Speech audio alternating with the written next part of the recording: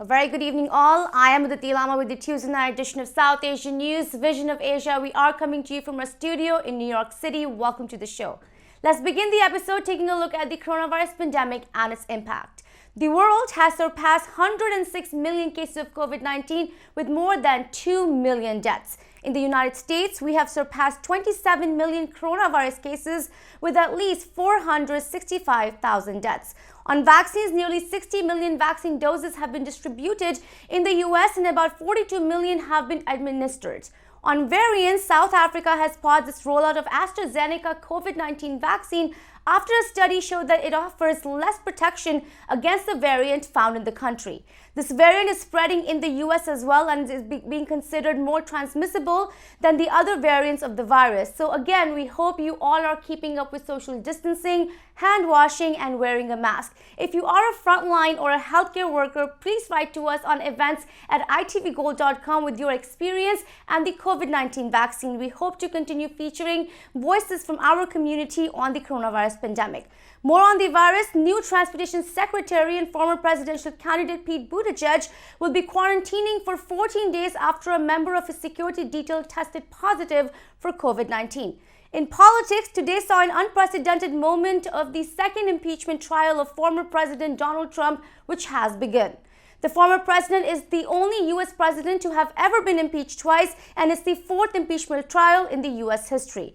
This trial will aim to answer whether the former president incited the insurrection on Capitol Hill January 6th. Send us your views on this impeachment trial and if it's constitutional on our Facebook handle @ITVGold. Dr. Tushar Patel discusses coronavirus updates and vaccine New York City. Consulate General of India commemorates Mahatma Gandhi's 73rd death anniversary in New York City. Domestic violence rises during COVID-19, featuring Somy, No More Tears.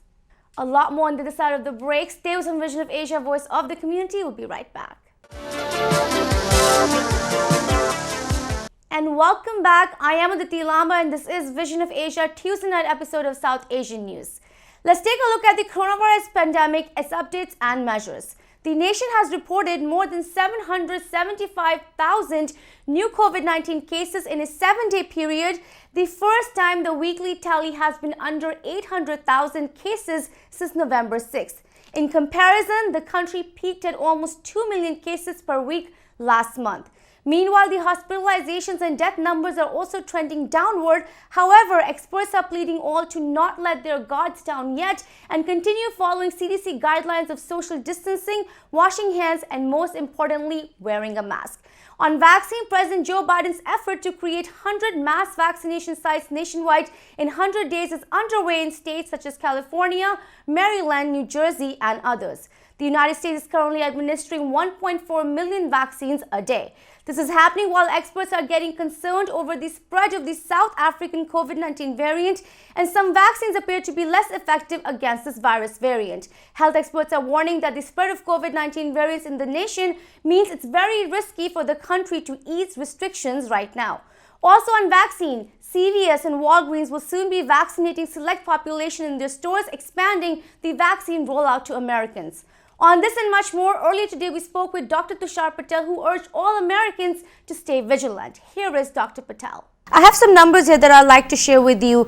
As of right now, today on Tuesday, we are at 27.1 million cases of coronavirus with at least 465,000 deaths. In the world, we are at 106 million cases with at least 2.3 million deaths.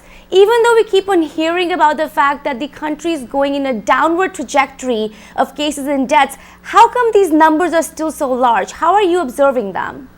So good news is, like you say, the number of daily cases are going under 100,000. That is a very good sign. Also, the number of hospitalizations are getting lower, under 80,000 or between 80 and 100,000. And number of death rates are also going under 3,000. So that is a very good news. However, the bad news is coming from 3 different countries, 3 different strain of viruses, one from UK, one from Brazil, and one from South Africa, which has mutated and spread more easily from person to person, which can lead to a newer and more cases in this country. And that is a worrisome for on healthcare resources strain, and also lead to more hospitalization and more deaths in upcoming weeks. Right, in discussing the variants, I'd like to have a couple of questions on that. Just today, we heard South Africa has paused its rollout of AstraZeneca vaccine because of this variant. In South Africa, it's not working that effectively against it. What have you heard about it in the US? And do you see our vaccines ever going on a pause because of these variants?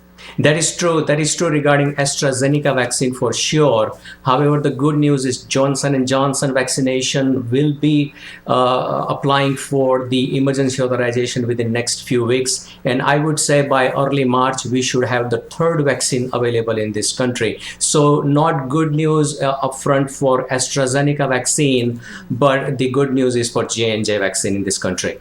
Dr. Patel, what are these variants exactly doing to the virus?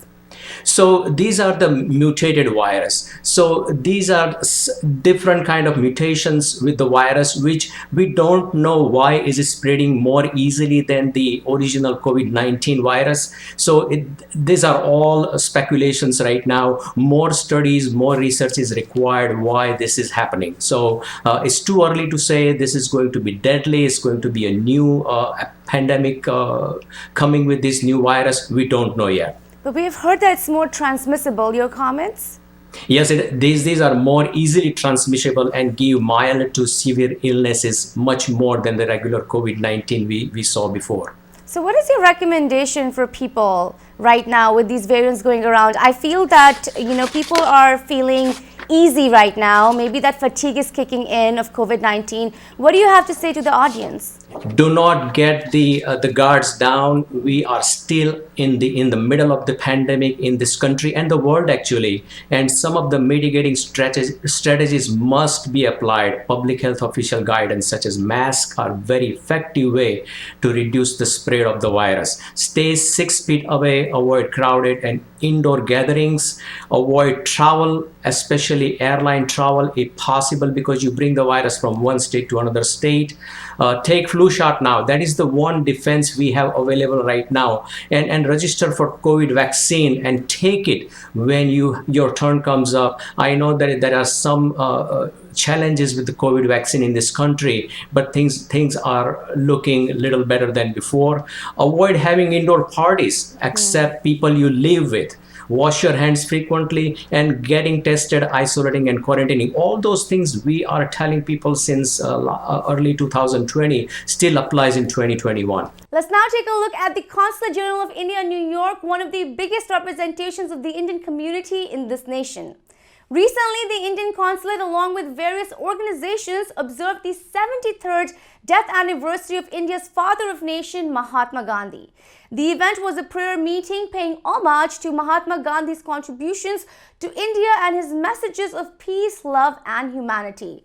With limited guests, the event followed all the CDC protocols of social distancing, hand washing, and mask wearing.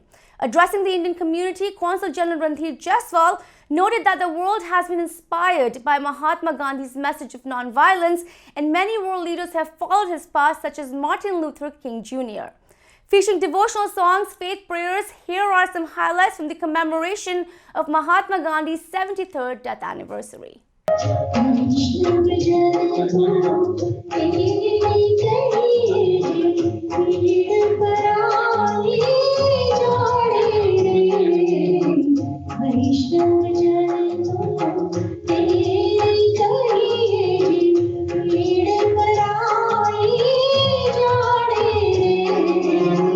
So very warm welcome and namaste to them as well.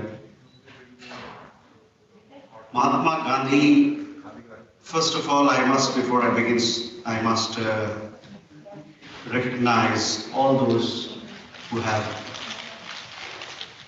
got together to make this, to celebrate this event. I must thank the chairman of Gandhian Society, Mr. H.R. Shah,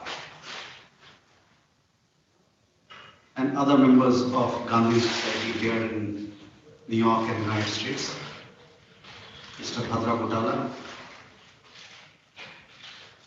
Mr. Rajan Vichapalli, also a leading luminary of our community, Mr. Upen Chirupula,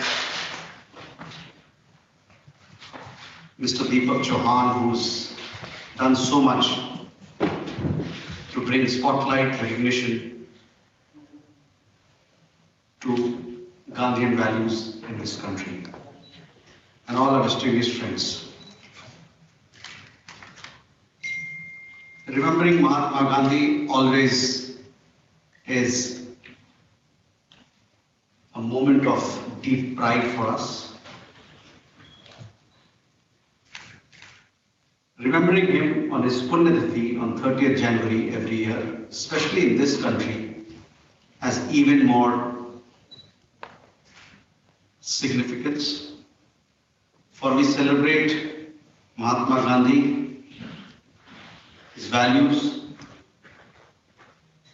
close to our Republic Day, and also in a month where we celebrate the life and legacy of Martin Luther King Jr. Thank you so much for allowing me to participate in this amazing acknowledgement for the life of Brother Gandhi, I like to say.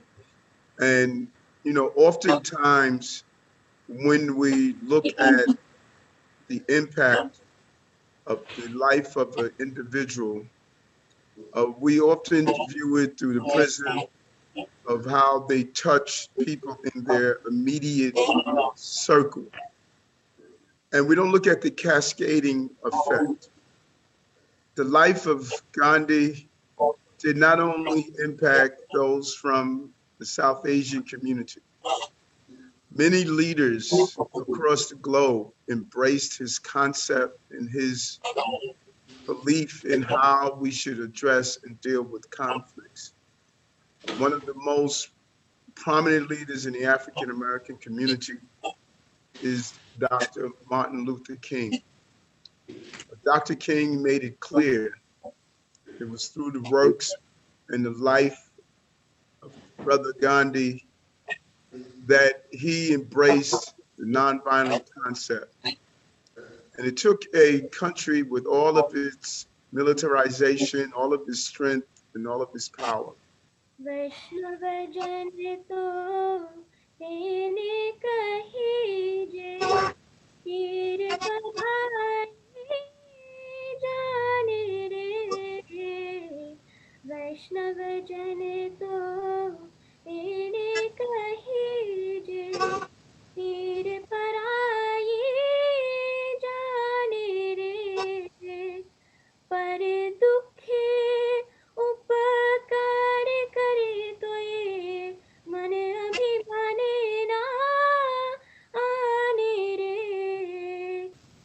एक विनम्र तरीके से आप दुनिया को हिला सकते हैं.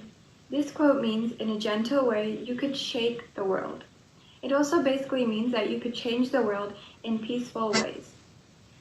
He did the same thing by campaigning and protesting for human rights, religious and ethnic harmony, terminating social injustice, women's rights, etc.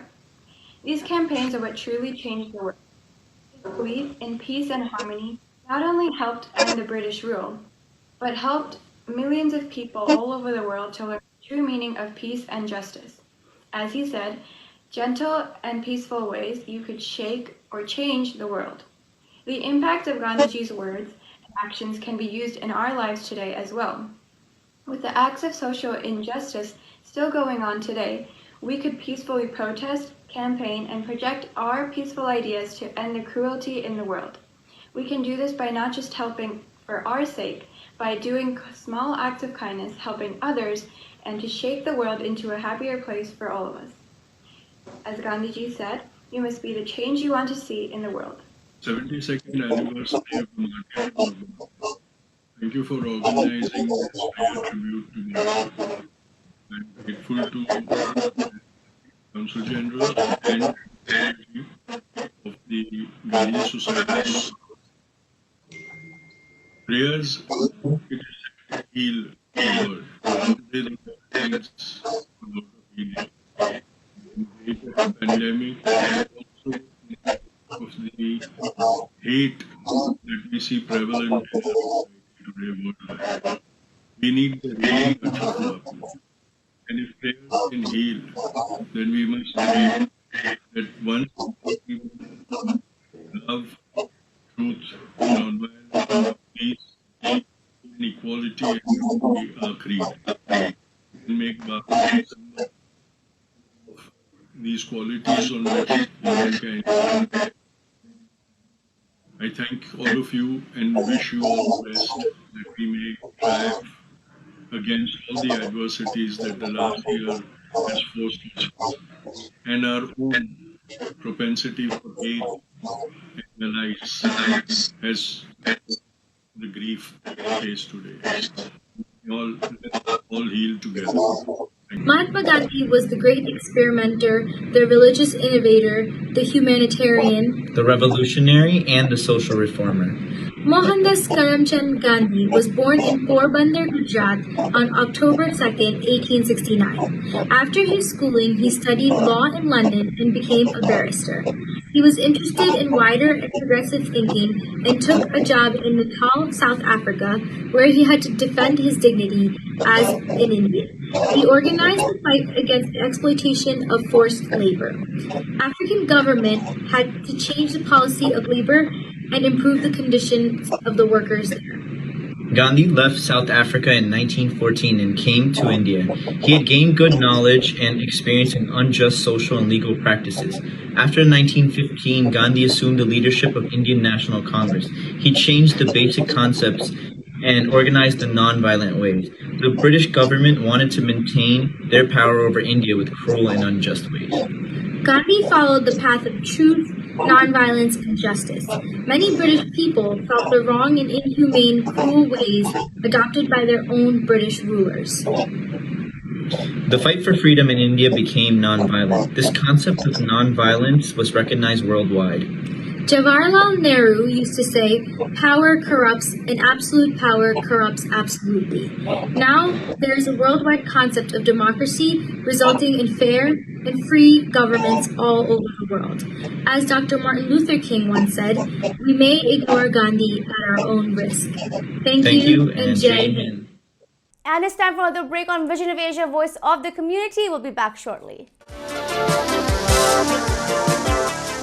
And welcome back. I am Diti Lama and this is Vision of Asia South Asian News segment. Domestic violence is a form of abuse, often from an intimate partner, in which a person is physically, sexually, verbally, and financially abused. During the coronavirus pandemic, there has been a rise in domestic violence all across, with the power and control dynamic of an abuser and victim becoming lopsided. Many are referring it to as a shadow pandemic, where rapid changes due to lockdown, curfews, and more have essentially trapped victims in their abuser on top of worsening socioeconomic conditions. Several nonprofits are reaching out to the community at large and remain responsive and present in survivors' and victims' lives through advocacy, legal counseling, shelters, therapy, and much more.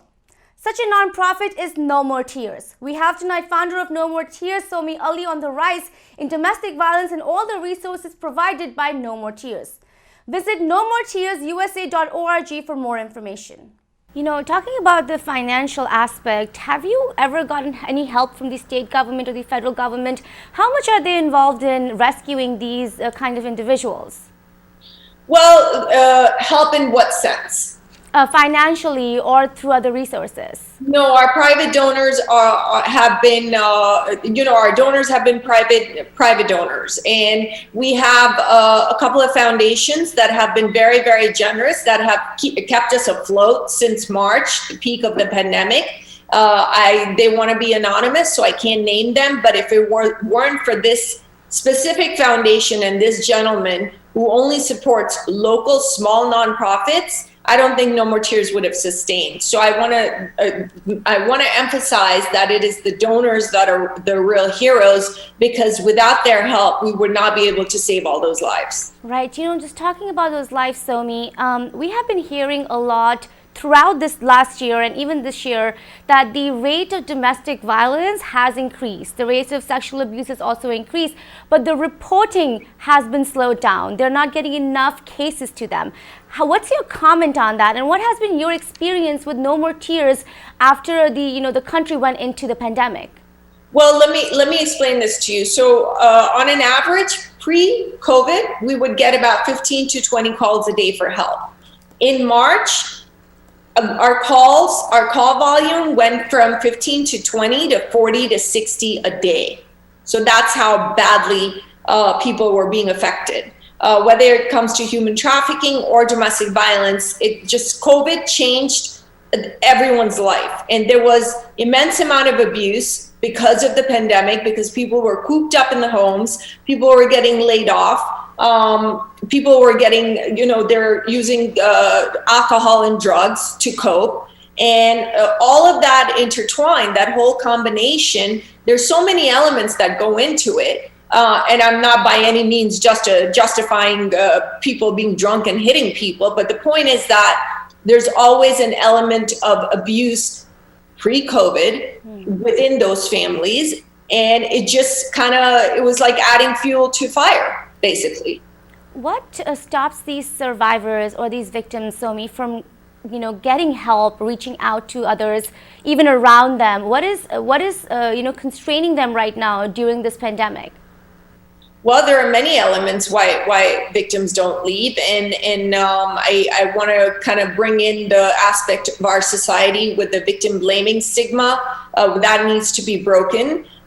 Victims can't leave because they have children. In some instances, they have pets. And there are some wonderful nonprofits that have been initiated where the victims can bring their pets, but the problem is that they're separated from their pets. The pets are put in cages. And those are the pets are these victims' security blankets. They're comfort zone. So what we do for us is that we have a facility where we keep the victims with their cats and dogs or whatever their pets are. So, but there are many elements. People, number one, they don't have the financial means. They're terrified. They're told that if you decide to call the cops, you will be deported. We work with a lot of undocumented victims of human trafficking or domestic violence. They're told that if you have given birth to your children in the United States, you're going to lose your children if you call the cops. Language barriers for South Asian victims. Some South Asian victims, whether they're from Pakistan or India, some of them don't speak English, and they're terrified. They don't know the laws here. They don't know the rules that if a police were to come to your house, they're not allowed to ask you about your immigration. If they've come on a domestic disturbance call, they have no right to ask you about your immigration. So a lot of the women and even men are not aware of their rights. And that's the problem. And that's why I go around, to high schools and universities and give talks and try to educate the children so they can convey it to their mothers or their fathers, because abuse works both ways, that there is help. And No More Tears is here to help you. And you do have the ability to call 911 and get out, and we will help you. We help you from A to Z. We don't just put you in a safe space and then we're like, okay, now you're on your own. No, we don't do that. We have steps. We've had lawyers, doctors, paralegals, teachers, and victim advocates come out of our program. Well, this wraps up our show for the night. Please send us your suggestions and get your voices and organizations on our show. Email us on events@itvgold.com or follow us on Facebook at itvgold. You can also subscribe to our YouTube channel for free access to many of our popular shows. Thank you for joining us tonight from Queens, New York. This is Vision of Asia, and I am Aditi Lamba. Take care and be well.